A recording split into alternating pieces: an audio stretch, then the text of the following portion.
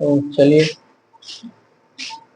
आज हम आप सभी को पढ़ाएंगे, वो होगा unit 4 chemical kinetics. Chemical kinetics कुछ इसके बारे में समझ लेते हैं। ये जो केमिकल काइनेटिक्स है ये फिजिकल केमिस्ट्री का एक बहुत ही महत्वपूर्ण यूनिट है। इस यूनिट से किसी भी प्रकार के एग्जाम में, चाहे कोई भी एग्जाम हो, चाहे वो बोर्ड का एग्जाम हो, सीबीएसई हो, बिहार बोर्ड हो, कोई भी स्टेट बोर्ड हो या सीबीएसई हो, उससे इसमें इस चैप्टर से प्रश्न आना ही आना है। चाहे वो जेई हो, नीट हो, किसी भी कंपटीशन हो, उससे इस चैप्टर से प्रश्न पूछता ही है। तो काफी इस लिहाज से देखें तो ये चैप्टर काफी महत्वपूर्ण है, काफी इंपॉर्टेंट चैप्टर है। लेकिन ये चैप्टर इंटरेस्टिंग तो है, लेकिन इसके कुछ बेसिक टर्म है जो आपको समझना होगा। जब आप इसके कुछ बेसिक टर्म को समझ जाएंगे तो इस चैप्टर की जब गहराई में जाएंगे, एप्लीकेशन पढ़ेंगे, तो वहां आपको काफी मजा आने वाला है। तो पहले हम इसको समझते हैं कि ये केमिकल काइनेटिक्स जो चैप्टर है, जो एक फिजिकल केमिस्ट्री का ब्रांच है। तो ये जो फिजिकल केमिस्ट्री का जो ब्रांच है केमिकल काइनेटिक्स, ये जो केमिकल काइनेटिक्स है ये हमें क्या चीज के बारे में, मतलब हमें इस चैप्टर में क्या क्या पढ़ना है उसको समझते हैं पहले, ठीक है। तो देखो, केमिकल काइनेटिक्स हमें रिएक्शन के रेट के बारे में जानकारी देती है। Rate of reaction, rate of reaction के बारे में हमें यह चैप्टर जानकारी देगी। इसके अलावा फैक्टर्स के बारे में जानकारी देगी। Factors on which rate of reaction depends, rate of reaction depends. तीसरा हमें मैकेनिज्म के बारे में, रिएक्शन का जो मैकेनिज्म होगा उसके बारे में हमें ये समझाएगा, मैकेनिज्म ऑफ रिएक्शन। और भी बहुत कुछ है, लेकिन जो टू द पॉइंट है इस चैप्टर में मुख्यतः वो यही 3-4 टर्म है जो आपको समझना होगा केमिकल काइनेटिक्स में। ये जो केमिकल काइनेटिक्स है इसको आप कह सकते हैं कि the branch of physical chemistry which deals with rate of reaction, factors on which depends rate of reaction, as well as mechanism of reaction, that is chemical kinetics. ठीक है, तो केमिकल काइनेटिक्स का मतलब ही हुआ, व्हाट इज केमिकल काइनेटिक्स? एक physical chemistry का branch हुआ जिसमें हम रिएक्शन के रेट के बारे में पढ़ते हैं, फैक्टर के बारे में पढ़ते हैं। जो रिएक्शन का रेट है वह रेट किन किन फैक्टर पर डिपेंड करेगा, उसके बारे में स्टडी हम केमिकल काइनेटिक्स में करेंगे। मैकेनिज्म ऑफ रिएक्शन, रिएक्शन का मैकेनिज्म, जैसे आगे चलेंगे तो कॉम्प्लेक्स रिएक्शन सब आएगा तो उसका मैकेनिज्म होगा, तो वो सब समझाएंगे। तो रिएक्शन के मैकेनिज्म के बारे में इन सभी 3-4 टर्म के बारे में हम केमिकल काइनेटिक्स में पूरे चैप्टर में स्टडी करने वाले। तो पहले आता है कि रिएक्शन का रेट। तो रेट क्या है इसको पहले समझते हैं। रेट माने क्या? देखो, रेट का मतलब क्या हुआ, जैसे हमने लिखा रेट ऑफ रिएक्शन। पहले रेट समझ लेते हैं, रेट का मीनिंग समझ लेते हैं। रेट माने क्या? रेट किस सेंस में, रिएक्शन के सेंस में, केमिस्ट्री में रेट का मतलब क्या होता है उसको समझते हैं।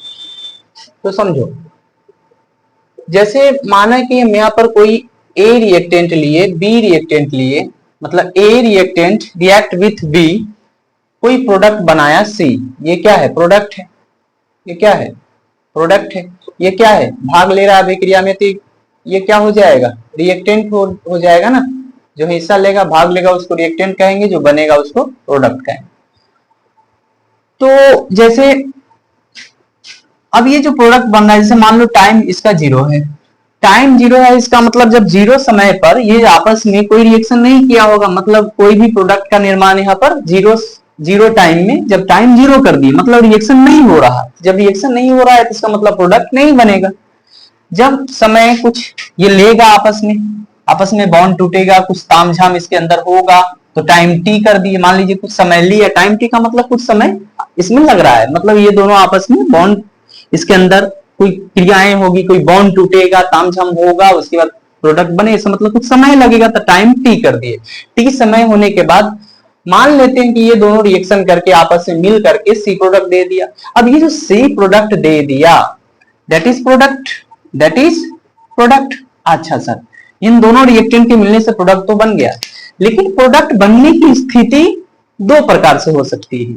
या तो ये जो प्रोडक्ट बना है हो सकता है बहुत ही तेजी से बना हो, मतलब फास्टली बना हो, रेडली बना हो, बहुत ही तेजी के साथ बना हो प्रोडक्ट, ये भी हो सकता है। या ये भी हो सकता है कि ये रिएक्टेंट से प्रोडक्ट में चेंज होने के लिए हो सकता है कि बहुत धीरे धीरे प्रोडक्ट बना हो या मॉडरेट वे में बना हो। मतलब रिएक्टेंट से प्रोडक्ट तो बना, हो सकता है प्रोडक्ट दो प्रकार से बना हो, या तो बहुत तेजी से प्रोडक्ट बना दिया हो, या ये भी हो सकता है कि बहुत धीरे धीरे प्रोडक्ट बना हो। तो ये वो जो प्रोडक्ट का तेजी से बनना, प्रोडक्ट का धीरे धीरे बनना, that is speed, that is speed. ये क्या कहलाएगा? स्पीड। और ये जो स्पीड है इसी को कहते हैं रेट। तो ऐसे समझे सरल अर्थ में, रिएक्शन का जो स्पीड होता है, गति होता है, प्रोडक्ट बनेगी तो दो प्रकार से बनेगा, या तो बहुत तेजी से बनेगा या बहुत धीरे धीरे बनेगा, या मॉडरेट बनेगा, ना वो धीरे धीरे बनेगा, ना उसका रेट ज्यादा होगा ना कम होगा, उस तरीके से बनेगा। तो ये जो होगा इसको स्पीड कहेंगे, और जो स्पीड होगा उसको रेट कहेंगे। तो रेट का मतलब रिएक्शन का स्पीड, रिएक्शन की गति। तो रेट माने हम आपको समझा दिए कि रेट किसको कहते हैं। ठीक है, अब आइए रेट ऑफ रिएक्शन। अब रेट ऑफ रिएक्शन को विस्तार में समझते हैं। रेट माने रिएक्शन की स्पीड, प्रोडक्ट बनने की स्पीड क्या है, बहुत तेजी से बनना है या धीरे धीरे बनना है, दैट इज रेट। रिएक्शन की गति को रेट कहते हैं। चलो अब यहां पर हम इसको विस्तार में समझते हैं, रेट ऑफ रिएक्शन को। ठीक है, rate of reaction, rate of reaction, इसको आप चाहो तो ROR लिख सकते हो। ठीक है, अब ये देखो हम लिख रहे हैं द चेंज इन, साथ साथ नोट करिए, the change in concentration, the change in concentration of reactant, of reactant, या यहां पर प्रोडक्ट भी हो सकता है। The change in concentration of reactant या प्रोडक्ट, रिएक्टेंट या प्रोडक्ट किसके साथ, with respect to time, with respect to time, with respect to time, then it is called rate of reaction, rate of reaction। ठीक है, अब देखो इसका क्या माने हुए, तो डेफिनेशन हो गया, डेफिनेशन से इसका जो मतलब है वो समझ में आए, ये जरूरी नहीं है। The change in concentration of reactant, reactant का कंसंट्रेशन चेंज होगा या प्रोडक्ट का कंसंट्रेशन चेंज होगा, किसके साथ, समय के साथ चेंज होंगे, with respect to time, then it is called rate of reaction. क्या माने हैं समझते हैं एग्जांपल से। आइए यही एग्जांपल लेते हैं, A react with B gives C, C का मतलब ये बनने वाला सबस्टांस है तो इसको कहेंगे प्रोडक्ट, क्योंकि ये बना है। ये हिस्सा ले रहा है अभिक्रिया में तो इसको कहेंगे रिएक्टेंट, क्योंकि ये भाग ले रहा है, हिस्सा ले रहा है। आप सातवां आठवां नौवां 10वां से आप पढ़ते आ रहे हैं कि जो रिएक्शन में हिस्सा लेता है उसको रिएक्टेंट कहते हैं, जो बनता है उसको प्रोडक्ट कहते हैं। आइए अब जरा समझो, ये जो टाइम जब जीरो रहा होगा, तो जब टाइम जीरो है इसका मतलब इसके अंदर कोई क्रियाएं, कोई इसके अंदर कोई प्रतिक्रिया, कोई बॉन्ड का टूटना, ब्रेक होना, कोई क्रियाएं इसके अंदर नहीं हो रही है। तो टाइम जीरो है इसका मतलब प्रोडक्ट का फॉर्मेशन यहाँ नहीं हुआ। टाइम जीरो होगा तो इसके अंदर कोई क्रियाएं नहीं होगी, तो क्रियाएं नहीं होगी तो प्रोडक्ट का फॉर्मेशन भी नहीं होगा, मतलब प्रोडक्ट नहीं बनेगा। कब, जब टाइम जीरो रहेगा। कुछ टाइम, जब टाइम हम क्या कर दिए, टाइम टी कर दिए, कुछ समय लग रहा है, मतलब इसके अंदर कुछ तामझाम, कुछ क्रियाएं, कुछ इसके अंदर बॉन्ड टूटेगा, नया बॉन्ड बनेगा, जुड़ेगा, टूटेगा, इसके अंदर कुछ क्रियाएं होगी तो कुछ प्रोडक्ट यहाँ बनेगा, है कि नहीं। तो कुछ समय लगा, तो यही A प्लस बी रिएक्टेंट मिलके किसमें चेंज हो गया, किसमें बदल गया, प्रोडक्ट में बदल गया, प्रोडक्ट सी में चेंज हो गया, प्रोडक्ट सी में ये चेंज हो गया। जब टाइम टी हुआ, कुछ समय लिया, तो यही आपस में मिल करके क्या बना दिया, सी प्रोडक्ट बना दिया। ठीक है, अब देखो समय के साथ ये कहां कहां को जा रहा है, ये दोनों रिएक्टेंट किसमें चेंज हो रहा है, प्रोडक्ट में, प्रोडक्ट सी में। मतलब समय के साथ जो रिएक्टेंट है इसका कंसंट्रेशन डिक्रीज कर जाएगा। रिएक्टेंट क्योंकि यही ना चेंज हो रहा है प्रोडक्ट में, यही ना बदल रहा है प्रोडक्ट में, तो ये तो जा रहा है प्रोडक्ट में, जैसे जैसे समय बीतेगा वैसे वैसे ही प्रोडक्ट में चला जाएगा, प्रोडक्ट बन जाएगा ना। तो इसका कंसंट्रेशन समय के साथ डिक्रीज कर जाएगा और इसका कंसंट्रेशन समय के साथ क्या होगा, इंक्रीज कर जाएगा। तो चेंजिंग दोनों जगह हुआ, चेंज दोनों जगह हुआ, रिएक्टेंट के साथ भी चेंज हो रहा है और प्रोडक्ट के साथ भी चेंज हो रहा है। यही बताया गया कि the change in concentration of reactant या प्रोडक्ट किसके साथ, समय के साथ दोनों चेंज हो रहा है, तो with respect to time then it is called rate of reaction. समझ में आया? तो प्रोडक्ट का भी कंसंट्रेशन चेंज हो रहा है, प्रोडक्ट का चेंज इस सेंस में हो रहा है कि यहाँ प्रोडक्ट का कंसंट्रेशन इंक्रीज कर जाएगा, रिएक्टेंट का कंसंट्रेशन इस सेंस में चेंज हो रहा है कि रिएक्टेंट का कंसंट्रेशन डिक्रीज कर जाएगा। यही ना इसमें आएगा, यही बनता जाएगा, जैसे समय बीतेगा वैसे वैसे रिएक्टेंट पूरा का पूरा किसमें चला आएगा, प्रोडक्ट में बदल जाएगा। तो इसका कंसंट्रेशन डिक्रीज कर जाएगा, इसका इंक्रीज कर जाएगा। तो चेंजिंग दोनों जगह है। The change in concentration of reactant या product with respect to time then it is called rate of reaction. समझ में आ गया होगा? अच्छा चलो, तो समय के साथ प्रोडक्ट और रिएक्टेंट का कंसंट्रेशन बदलते हैं, उसे रिएक्शन का रेट कहते हैं। आओ इसको याद रखना, नोट में लिख लो, महत्वपूर्ण चीज है, इसको याद रखना होगा। It must be noted that it must be noted that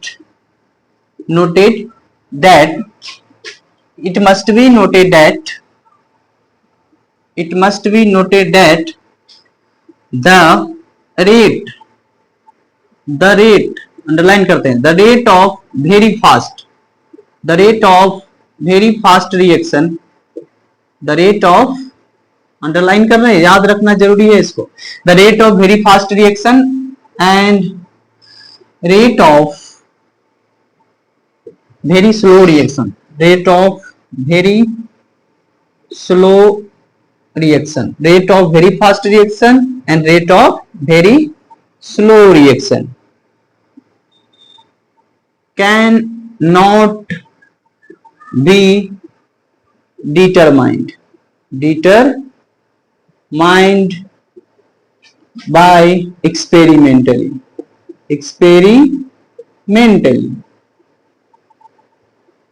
क्या हमने लिखा, it must be noted rate of very fast reaction का रेट और वेरी स्लो रिएक्शन का रेट प्रयोग एक्सपेरिमेंटली प्रयोगों के अनुसार हम ज्ञात नहीं कर सकते।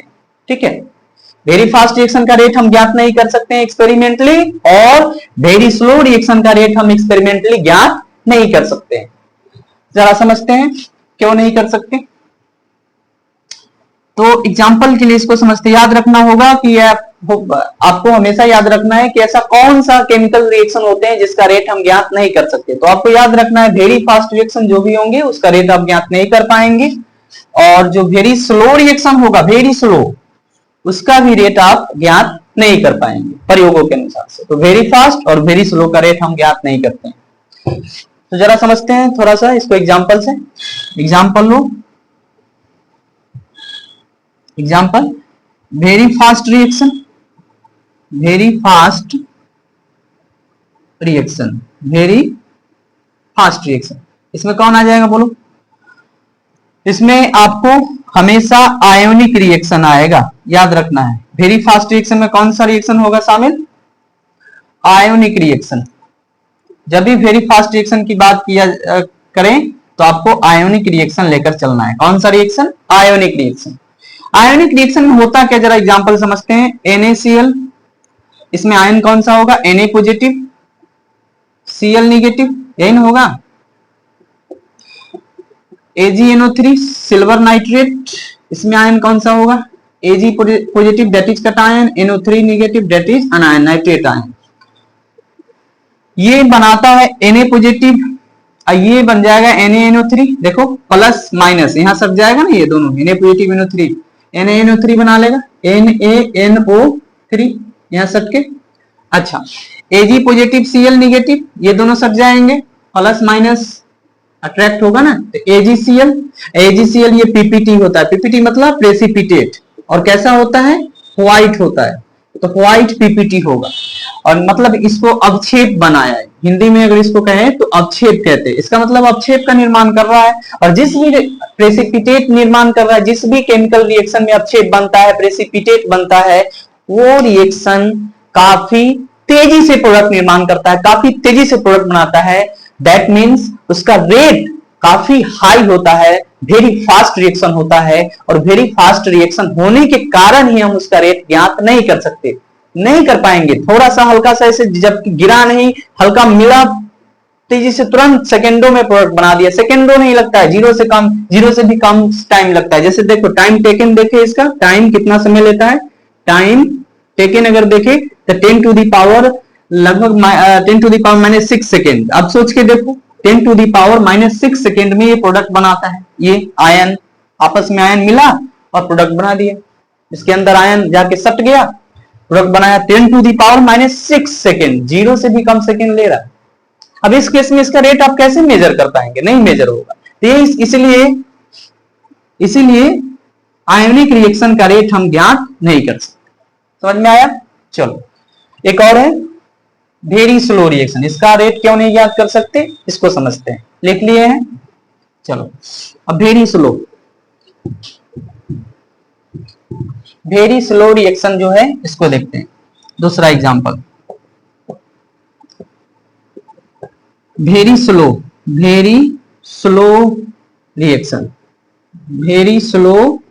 रिएक्शन है ना।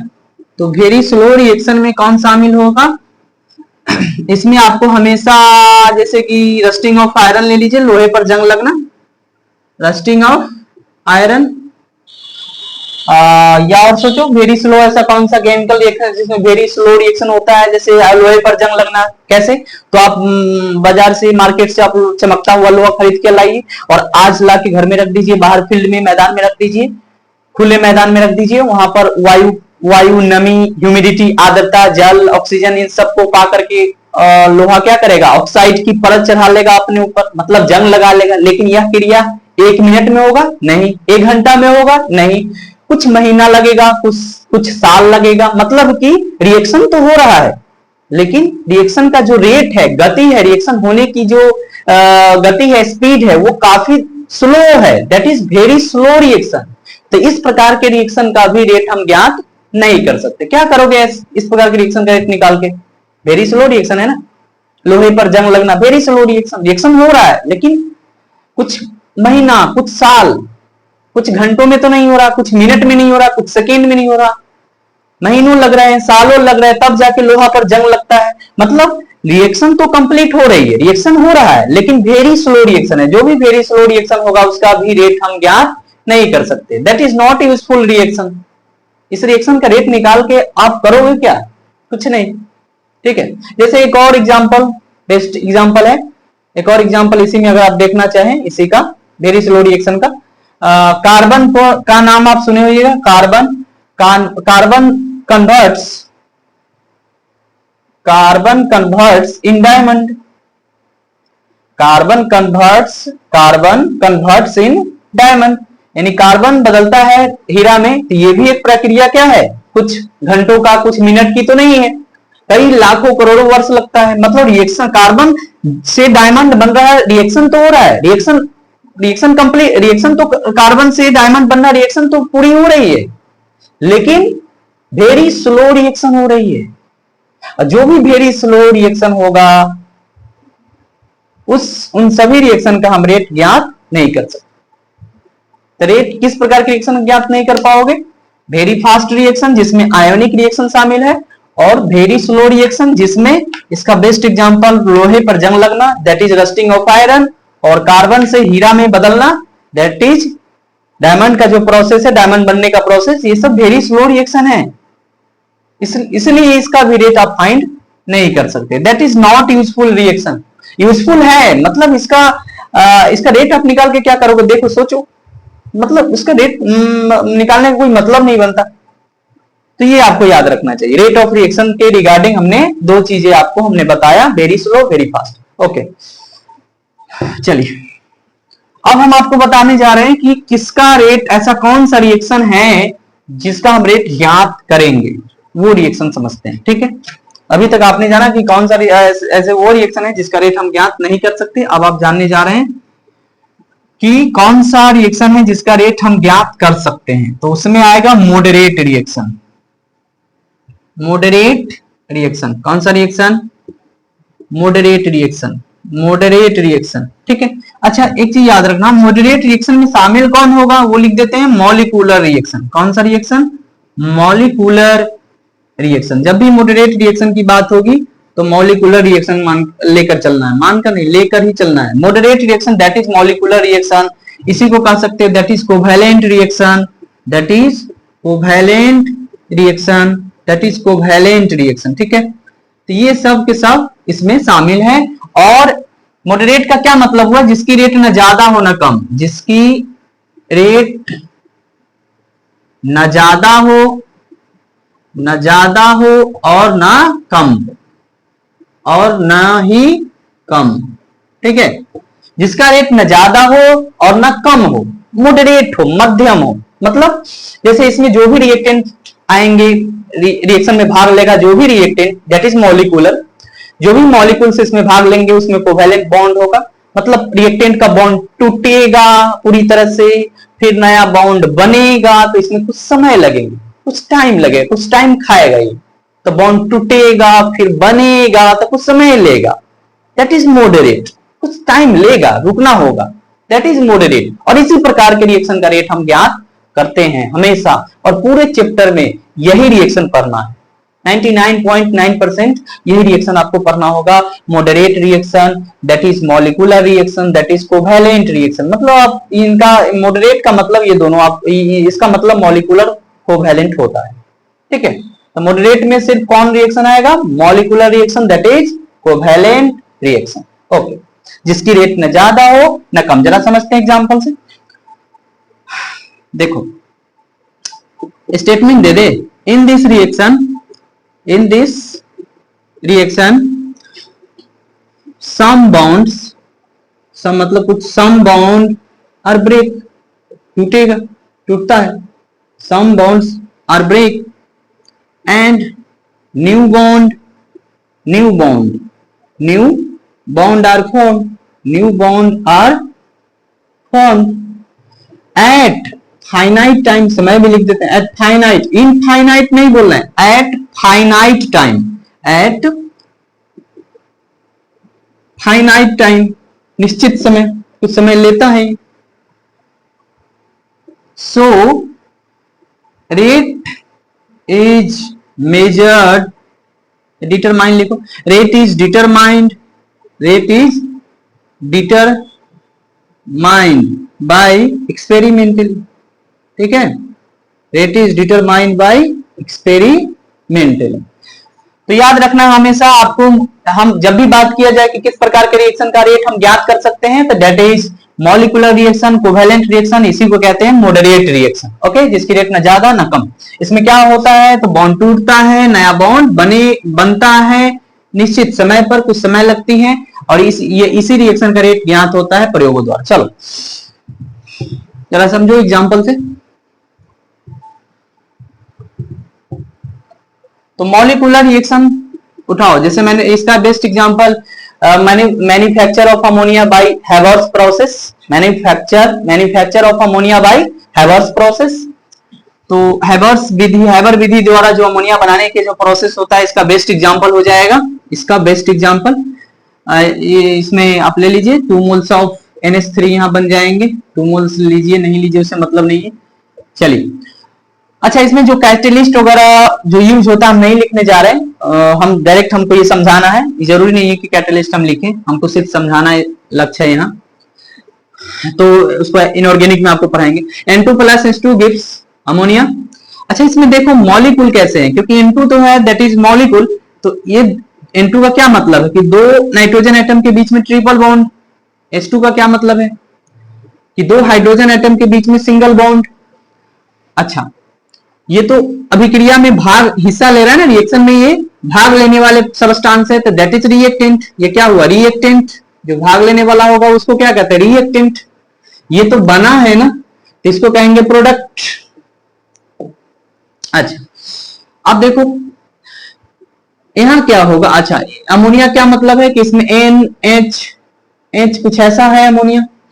यहाँ क्या होगा, रिएक्टेंट का ये जो बॉन्ड है इसके अंदर, ये बॉन्ड ब्रेक होगा, यही बॉन्ड टूटता है, ये बॉन्ड क्या हो जाएंगे, ब्रेक, ये बॉन्ड ब्रेक्स हो जाएंगे और यही नया बॉन्ड बनाएगा, ये न्यू बॉन्ड फॉर्म होगा, दैट इज प्रोडक्ट, यही न्यू बॉन्ड बना है, new bond form at finite time, इसमें कुछ समय लगता है, तो एट फाइनाइट टाइम तो क्या होगा, रिएक्टेंट आपस में बॉन्ड मिलकर के बॉन्ड तोड़ेगा और यही किस में चेंज हो जाएगा, अमोनिया मॉलिक्यूल में, ठीक है। तो यहाँ बॉन्ड टूटेगा, फिर नया बॉन्ड बनेगा, कुछ समय लगेगा, तो इस केस में हम इसका रेट ज्ञात करते हैं, इसी प्रकार की रिएक्शन का रेट हम ज्ञात करते हैं, हमेशा आपको याद रखना है, ठीक है।